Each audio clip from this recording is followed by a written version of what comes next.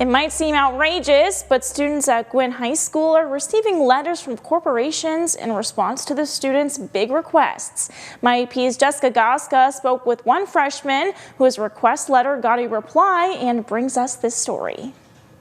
In Amy Waldo's 9th grade English class, one assignment is intentionally outrageous, and the students love it. Each fall, the freshmen write letters to corporations or celebrities of their choosing with big requests to benefit either themselves or the community. Then, they mail those letters in bright, sticker-adorned envelopes and await a reply. It's an assignment that I usually get 100% of my students excited about it, and that's really rare.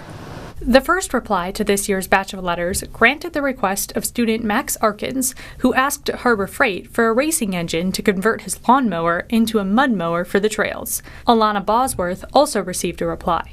I was excited, but I did not think at all that I thought mine would be like the last one, if any, for someone to respond.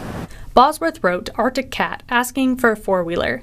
While they couldn't grant that request, she did receive a new jacket, merchandise for her whole class, and a written response that Bosworth said felt personal.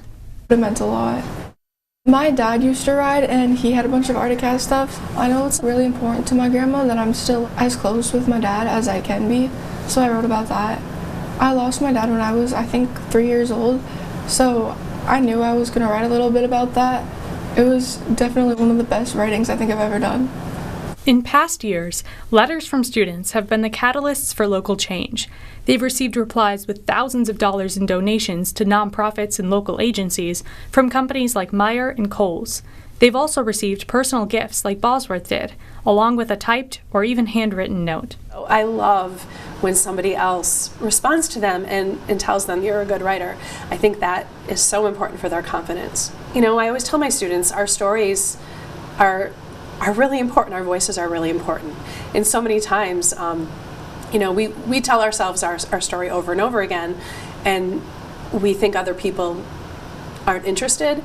And so I hope it really, shows them that they are interesting and their voice does matter. Dream big, Waldo tells her students, with this assignment and with their futures. Reporting in Gwinn, this is Jessica Goska, My UP News.